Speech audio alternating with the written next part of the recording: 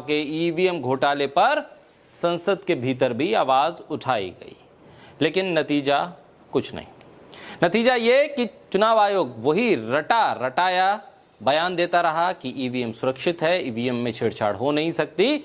विपक्ष का ये आरोप राजनीति से प्रेरित है। सत्ता में बीजेपी है, चुनाव जीत के आई है। ईवीएम का पहले विरोधी दल के तौर पर अगर कोई बड़ा दल विरोध करने उतरा था तो बीजेपी थी, लेकिन अब सब कुछ सही है क्योंकि मैनेज हो जा रहा है। लेकिन एक बार फिर ईवीएम को लेकर जो सवाल उठ रहे थे उनको एक और मजबूती मिली।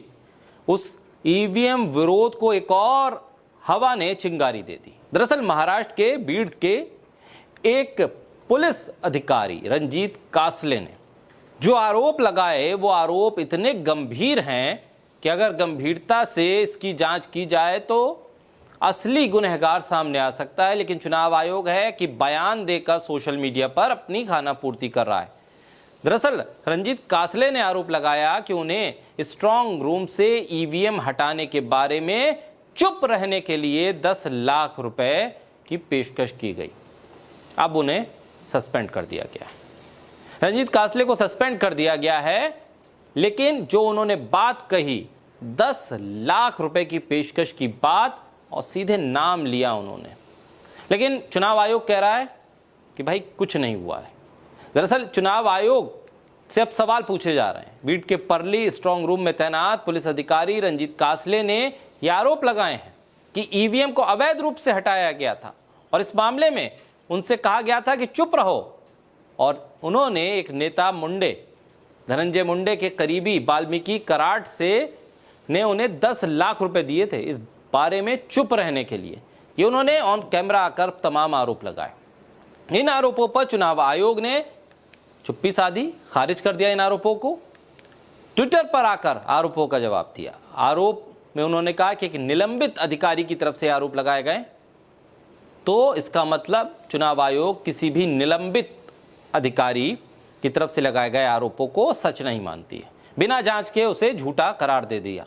सख्त कानूनी प्रशासनिक प्रोटोकॉल के तहत ईवीएम को रखा जाता है। ये वही रटा रटाया बयान ईवीएम को लेकर चुनाव आयोग ने एक्स पर पेस्ट कर दिया। ईवीएम को हटाने की कोई संभावना नहीं है। इसकी गंभीरता को देखते हुए जिलाधिकारी और एसएसपी से लेकर सीईओ तक की रिपोर्ट मांगी गई है। रिपोर्ट के आधार पर कार्रवाई की जाएगी। रंजीत कासले ने पूर्व मंत्रियों परली से एनसीपी के विधायक धनंजय मुंडे को लेकर भी दावा किया कि उन्होंने यानी धनंजय मुंडे ने वाल्मीकि कराट का एनकाउंटर कराने की पेशकश की थी। रंजीत कासले ने आरोप लगाया कि धनंजय मुंडे ने इस डर से कराट के एनकाउंटर की पेशकश की थी कि वो इसमें फंस जाएंगे ईवीएम को हटाने के मामले में, इसलिए उसका एनकाउंटर ही करवा दो। रंजीत कासले के ये आरोप बड़े ही गंभीर हैं। एक वीडियो के जरिए धनंजय मुंडे पर कराट के एनकाउंटर को लेकर करोड़ों रुपए की पेशकश के आरोप भी लगाए। अब उन्हें सस्पेंड कर दिया गया है। मामला गंभीर है, लेकिन गंभीरता सरकार के भीतर दिख नहीं रही है, चुनाव आयोग के भीतर नहीं दिख रही है। गंभीरता इस बात को लेकर दिख रही है कि जिसके नाम लिए हैं रंजीत कासले ने, उन सबको बचाया कैसे जाए। मुकेश कुमार वरिष्ठ पत्रकार वो लिखते हैं कि महाराष्ट्र के पुलिस अधिकारी रंजीत कासले के इन बयान की पूरी जांच होनी चाहिए। ये जांच सीबीआई सरकार नहीं, सुप्रीम कोर्ट की निगरानी में होनी चाहिए। कासले ने बताया कि कैसे ईवीएम को स्ट्रांग रूम से बदला गया, यानी मतदान के बाद हेराफेरी करके कैसे मोदी एंड कंपनी ने चुनाव जीता। ये लोकतंत्र का अपहरण है, लोकतंत्र की हत्या है। लेकिन इस हत्या पर सब खामोश है। चुनाव आयोग भी खामोश है, सरकार भी चुप है। और सरकार, चुनाव आयोग और प्रशासन की जिम्मेदारी जो ईवीएम का घोटाला है उसको बाहर लाने की होनी चाहिए। उसके उलट उनकी जिम्मेदारी अब यह बन गई है कि रंजीत कासले के आरोपों को कैसे झूठा साबित करें। मैं तो कहता हूँ मत बनाओ माई 11 सर्कल पे टीम। हर रोज टाटा आईपीएल में फर्स्ट प्राइज 3 करोड़ रुपए है। जीत के क्या करोगे? किधर रखोगे इतने बड़े प्राइजेस, वो भी रोज। पर हाँ, अगर फिर भी जीतना चाहते हो तो डाउनलोड करो माई 11 circle and make your team now.